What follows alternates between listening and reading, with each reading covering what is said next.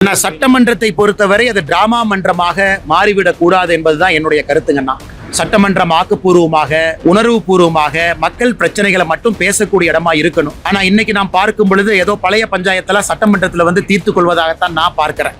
அரசியலுக்கு வருவதற்கு முன்பு இருந்த பஞ்சாயத்தும் சட்டமன்றத்தில் தீர்க்கப்படுகிறது. சட்டமன்றத்தில் சில மெம்பர்ஸ்க்கு இருக்கிற பஞ்சாயத்தும் அங்க தீர்க்கப்படுகிறது. அதனால நான் ஏற்கனவே சொன்னது போல ஆளும் கட்சியின் சார்பாக இருக்கக்கூடிய எம்எல்ஏக்கள் புதியவர்கள், இன்னும் அவங்களுக்கு நிறைய செஷன் வேணும். அவங்களும் வேகமா இம்ப்ரூவ் ஆயிட்டு இருக்காங்க. எதிர்க்கட்சியிலும் புதியவர்கள் இருக்கிறாங்க. இன்னைக்கு சட்டமன்றம் ஒரு டிராமா மன்றமாக மாறிவிடுமோ என்கின்ற ஐயம் தமிழக மக்களுக்கு ஒரு கேள்வியாக எழுந்திருப்பதை பல இடத்துல நான் தனிப்பட்ட முறையில் பார்க்கிறேன். நன்றி. நேபாளில் இருக்கக்கூடிய கைலாஷ் மான்சரோவர் யாத்திரையை பொறுத்தவரை சீன அரசு 2020, 21, 22, 23, 24 அனுமதி கொடுக்காத காரணத்தினால 25, 26 இருந்து அனுமதி ஆரம்பிச்சாங்க. நிறைய பேர் இந்த 5 ஆண்டு 6 ஆண்டு போக முடியாதவங்க பெரிய அளவுல இந்த ஆண்டு நேபாள் காட்மண்டு மூலமாக 2 ரூட் இருக்கு. ஒன்னு நம்ம இந்தியா மூலமா போலாம், லிப் லேக், நேபாள் காட்மண்டு மூலமாக பிரைவேட் ஆபரேட்டர்ஸ் மூலமா நிறைய பேர் போயிருக்கிறாங்க. அங்கே நடந்திருக்கக்கூடிய சம்பவம் என்பது மிக மிக துரதிருஷ்டவசமானது. ஒரு border immigration point Nepal Tibet பார்டர்ல அவ்வளவு பேர் அடிச்சுட்டு போயிருக்கிறாங்க.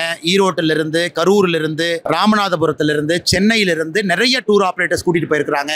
ஈஷா அமைப்பு கோயம்புத்தூர்ல இருந்து அவங்க அதிகாரப்பூர்வமாக 73 பேர் மிஸ்ஸிங் அப்படிங்கிற அறிவிப்பு கொடுத்திருக்காங்க. நேபாள் அரசு கூட நிறைய பேர் இந்த பக்கம் மிஸ் ஆயிருக்கிறாங்க. சைனா அரசு டிபெட் பகுதியில் அவங்க அதிகாரப்பூர்வமாக நிறைய பேர் இறந்திருப்பதாக சொல்லியிருக்கிறாங்க. உடனடியாக தமிழக அரசு இதுல தலையிட்டு இங்கிருந்து ஒரு மீட்பு குழு அனுப்பி வைக்கணும். காரணம் இது 2 நாடுகளுக்கு இடையில் இருக்கக்கூடிய ஒரு பகுதி. நேபாள் ஒரு பக்கம், டிபெட் ஒரு பக்கம்.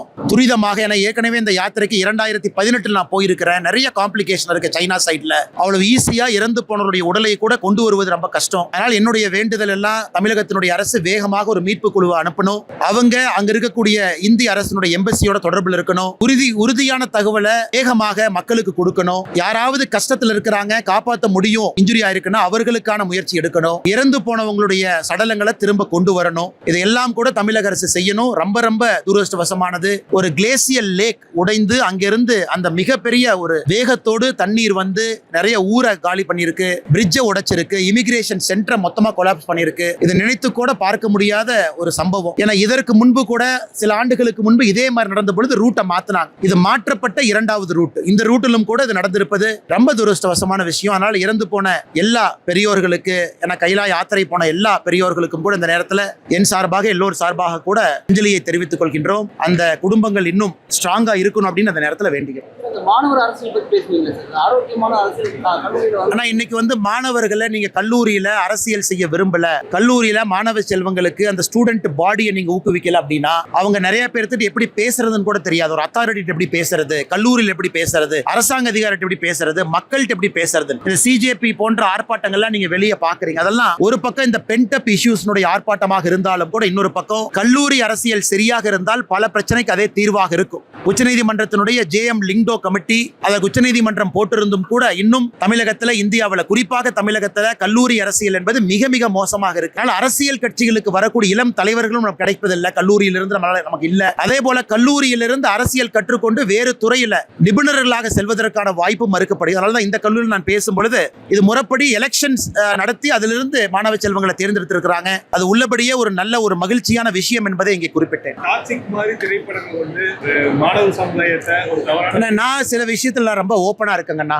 சென்சார் போர்டு இன்னும் கடுமையா இருக்கணுங்கண்ணா. இந்தியாவை பொறுத்தவரை இப்ப அமெரிக்கா எல்லாம் போறோம் அப்படின்னா யூரோப் நாடுகள்ல எவ்வளவு கடுமையா சென்சார் போர்டு இருக்காங்க. இங்க நிறைய சீன்ஸ் நம்ம பார்க்கறதெல்லாம் ஏற்றுக்கொள்ள முடியாத சீன், ஏஜ் குரூப் சம்பந்தமே இல்லாத ஒரு சீன், 16, 18, 14 எல்லாமே. அதனால சில திரைப்படங்கள் முழுமையாக சென்சார் செய்யப்பட வேண்டும். திரைப்படத்தை தடை செய்ய வேண்டும் எப்போ நான் சொல்லல, முறையாக சென்சார் செய்யப்படணும். அப்ப யாரு போலாம், யாரு போக கூடாது அப்படிங்கிறது தியேட்டர்ல ஸ்ட்ரிக்ட்டா என்ஃபோர்ஸ் பண்ணணும். எத்தனையோ படங்கள் சென்சார் கொடுத்தும் கூட தியேட்டர்ல அதை என்ஃபோர்ஸ் பண்றது இல்ல, எல்லாத்தையும் உள்ள விடுறாங்க. மால்ல மட்டும்தான் பயப்படுறாங்க. மால்ல இருக்கக்கூடிய சினிமா தியேட்டர்ல தான் அதை பயப்படுறாங்க. அதனால் தியேட்டர் உரிமையாளர்களுக்கு என் அன்பான வேண்டுகோள், சில திரைப்படங்களை நீங்க மாணவ சமுதாயத்தை சீரழிக்க ஆரம்பித்திருக்கிறது. நீங்க சரியான இடத்துல சென்சார் குறியீடுகளை நீங்க பின்பற்றணும். அதே போல சென்சார் இன்னைக்கு பெரிய ஸ்டார் நடித்திருந்தாலும் கூட எந்த காட்சிகளை அனுமதிக்கணும், எந்த காட்சிகளை அனுமதிக்க கூடாது அப்படிங்கிறதையும் சென்சார் முடிவெடுக்கணும். ஆனா சமீபத்தில் வரக்கூடிய சில திரைப்படங்கள் நிச்சயமாக ஒரு மகிழ்ச்சி அளிக்கக்கூடிய திரைப்படங்களா இல்ல. ஏன்னா ஒரு பக்கம் women empowerment, rape against women, atrocity against women ஒரு பக்கம் தொண்டை தண்ணிக்கிலேயே கத்துறோம். இன்னொரு பக்கம் ஒரு சினிமா ஒரு உமனை வல்கராக, ஒரு உமனை செக்ஸ் டிராஃபியாக, பெண்ணை நான் மனைவி வச்சுக்கலாம், அதன் பிறகு துணைவி வச்சுக்கலாம். ஏன்னா சமீபத்தில் இந்த 2-3 நாட்களாக வந்திருக்கக்கூடிய படம் எல்லாம் பாத்தீங்கன்னா அதை காட்சிப்படுத்துறாங்க. அதெல்லாம் எவ்வளவுதான் நம்ம பேசினாலும் கூட சினிமா என்பது வெரி பவர்ஃபுல் மீடியம். அது தவறான பல சித்தரிப்புகளை செய்ய ஆரம்பித்திருக்கிறது. அதான் ஒரு வேண்டுகோளாக வச்சு கல்லூரிகள் இருக்கிறோம். அதாவது சொல்லி வேற பெரிய ஆபத்து. காரணம் இன்னைக்கு ஒரு மெட்டாவோ பெரிய சோஷியல் மீடியா நிறுவனத்தினுடைய ரெவென்யூ பாத்தீங்கன்னா இந்தியா தான் பிக்கெஸ்ட் கான்ட்ரிபியூட்டர் ஆஃப் ரெவென்யூ. நம்ம தான் பிக்கெஸ்ட் கான்ட்ரிபியூட்டர். காரணம் மக்கள் தொகை அடிப்படையில் இன்னைக்கு எல்லோருமே ஒரு அக்கௌண்ட் வச்சிருக்கனால நம்ம அடிக்ட் ஆயிட்டோம். அல்காரிதம் வந்து மக்கள் அடிக்ட் பண்ணுது. அல்காரிதம் அந்த ஃபீட கொடுக்குது. சோ டோபமைன் அடிக்ஷன்ல பாதி பேர் ஹோட்டலுக்கு போங்க, பஸ்ஸுக்கு போங்க, ஃபிளைட்டுக்கு போங்க, நடந்து போங்க, சோஷியல் மீடியால மட்டும் தான் இருக்கிறாங்க. அதனால ஒரு தலைமுறை ஜோம்பிக்களை உருவாக்கிட்டு இருக்கிறோம். ஒரு தலைமுறை ஜோம்பியை உருவாக்குறோம். இந்த மாணவ செல்வங்களுக்கு சோஷியல் மீடியாவும் கண்ட்ரோல்டு என்விரான்மெண்ட்ல கிடைக்கணும். அதுவும் கூட முக்கியம். ஒரு அமெரிக்கா நிறுவனம் வாழவோ, ஒரு யூரோப்பிய நிறுவனம் வாழவோ, இந்தியாவில் இருக்கக்கூடிய நம்முடைய கஸ்டமர்ஸ் அண்ட் கன்சியூமர்ஸ் ஒரு கினியா பிக்கை போன்று இருக்கக்கூடாது என்கின்ற கருத்தை இங்க நான் வச்சேங்க. ஏன்னா ஆஸ்திரேலியா அண்டர் 16 கீழே தடை பண்ணிருக்காங்க. ஆஸ்திரேலியா தடை பண்ணிருக்காங்க. இங்கிலாந்து தடை பண்ண ஆரம்பிச்சிட்டாங்க. உலகத்தில் இருக்கக்கூடிய நாடுகள் எல்லாம் அண்டர் 16 கீழே 16 வயசுக்கு கீழே இருக்கக்கூடிய மாணவ செல்வங்களுக்கு சமூக வலைதளம் என்பது முற்றிலுமாக தடை. அவங்க எல்லாம் முன்னேறிய நாடுகள். ஆனா இந்தியா போன்ற நாடுகளும் அதை ரொம்ப பரிசீலிக்கணும், தடை செய்ய ஆரம்பிக்கணும், கண்ட்ரோல்டு என்விரான்மெண்ட்ல கொடுக்கணும் என்பதும் என்னை போன்ற மனிதர்களுடைய தொடர்ந்து நாங்கள் வைத்துக் கொண்டிருக்கக்கூடிய கோரிக்கையாகவும் இருக்கு.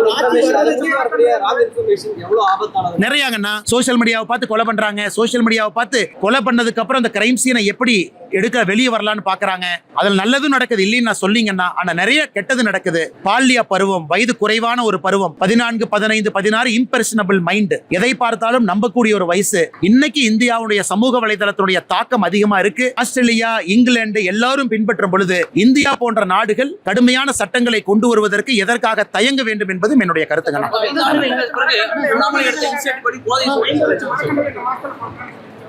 அண்ணா 7 லட்சத்தை நோக்கி வந்திருக்கோங்கண்ணா. நேத்து ஒரு ஸ்கூல்ல 1008 நாங்க நட்டோம். 8 லட்சமும் டாக்குமெண்ட் பண்ணி நட்டிருக்கோம். அதே ஒரு பெரிய நம்பர் தான். அதனால இந்த மாதத்திலிருந்து நம்ம துவங்கி இருக்கிறோம் 20 லட்சம். ஒரு வாலண்டியர் ஒரு மரம்னா 20 லட்சம் மரம். எனக்கு 8 லட்சத்தை நம்ம ரீச் ஆயிருக்கிறோம். அதை சின்ன சின்ன லாஜிஸ்டிக்ஸ் இஷ்யூ நம்ம சரி பண்ணிக்கிட்டே இருக்கிறோம். மரம் கிடைக்கல, அதற்கான விஷயத்தை சரி பண்றோம். அதனால எங்களை பொறுத்தவரை வீதிலிட அமைப்பு 8 லட்சம் மரத்தை இன்னைக்கு நம்ம தாண்டிட்டோம். 20 லட்சம் மரம் என்பது நம்முடைய இலக்கு. அந்த இலக்கையும் தாண்டி நம்ம போயிருவோம். இந்த மாதத்தில் ஆரம்பித்திருக்கின்றோம். அதை இன்னும் தொடர்ந்து செஞ்சுக்கிட்டே இருக்கும்.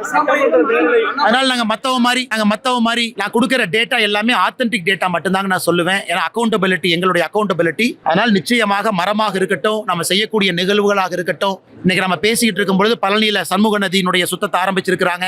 அதே போல காவிரி தாய் சுத்தம் செய்யறாங்க, வைகையில பண்றாங்க, பீச் கிளீனிங் நடந்துகிட்டு இருக்கு. அதனால இதெல்லாம் ரொம்ப ஆரோக்கியமாகத்தான் நான் பாக்குறேங்கன்னா, எங்களால் முடிந்த அளவுக்கு நல்ல சமுதாயத்தை உருவாக்குவதற்கு நாங்கள் பாடுபடுகின்றோம்.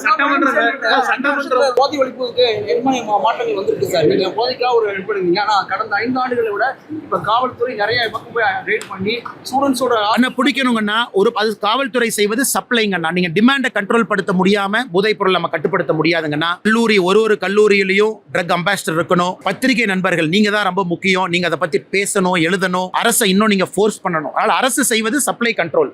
ஆனா நீங்க டிமாண்டை என்னை கண்ட்ரோல் பண்ண ஆரம்பிக்கிறீங்களோ அதற்கு இது போன்ற விழிப்புணர்வு நிகழ்வுகள் நிறைய நடக்கணும். டிமாண்டும் கண்ட்ரோல் ஆக ஆரம்பிக்கும் பொழுது முழுமையாக நம்முடைய தலைமுறையில ஒரு போதை இல்லாத தமிழகத்தை உருவாக்க முடியும் என்று நம்புகின்றேன். சட்டமன்ற நேரலை வந்து பெரும் விவாதமா ஏற்பட்டிருக்கு. இப்ப இளைஞர்கள் சட்டமன்றத்தை பாக்குறாங்க. ஆனா எதிர்கட்சி பாத்தீங்கன்னா அதை ரீல்ஸா கன்வெர்ட் பண்ணிடுறாங்க. அவங்க ஒரு பதற்றத்துல பேசுற மாதிரி இருக்கு. அந்த நேரலைங்கிற விஷயம் நீங்க எப்படி பாக்குறீங்க? சட்டமன்றத்தில் நடக்கிறது மக்களுக்கு நேரலையா தெரிவிப்பது. சட்டமன்றத்தை பொறுத்தவரை அது டிராமா மன்றமாக மாறிவிடக் கூடாது என்பதுதான் என்னுடைய கருத்துங்கண்ணா. சட்டமன்றம் ஆக்கப்பூர்வமாக, உணர்வு பூர்வமாக மக்கள் பிரச்சனைகளை மட்டும் பேசக்கூடிய இடமா இருக்கணும். ஆனா இன்னைக்கு நாம் பார்க்கும் பொழுது ஏதோ பழைய பஞ்சாயத்துல சட்டமன்றத்துல தீர்த்து கொள்வதாகத்தான் நான் பார்க்கிறேன். அரசியலுக்கு வருவதற்கு முன்பு இருந்த பஞ்சாயத்தும் சட்டமன்றத்தில் தீர்க்கப்படுகிறது. சட்டமன்றத்தில் சில மெம்பர்ஸ்க்கு இருக்கிற பஞ்சாயத்தும் அங்க தீர்க்கப்படுகிறது. அதனால நான் ஏற்கனவே சொன்னது போல ஆளும் கட்சியின் சார்பாக இருக்கக்கூடிய எம்எல்ஏக்கள் புதியவர்கள். இன்னும் அவங்களுக்கு நிறைய செஷன் வேணும். அவங்களும் வேகமா இம்ப்ரூவ் ஆயிட்டு இருக்காங்க. எதிர்கட்சியிலும் புதியவர்கள் இருக்கிறார்கள். இன்னைக்கு சட்டமன்றம் ஒரு டிராமா மன்றமாக மாறிவிடுமோ என்கின்ற ஐயம் தமிழக மக்களுக்கு ஒரு கேள்வியாக எழுந்திருப்பதை பல இடத்துல நான் தனிப்பட்ட முறையில் பார்க்கிறேன். நன்றிகள்.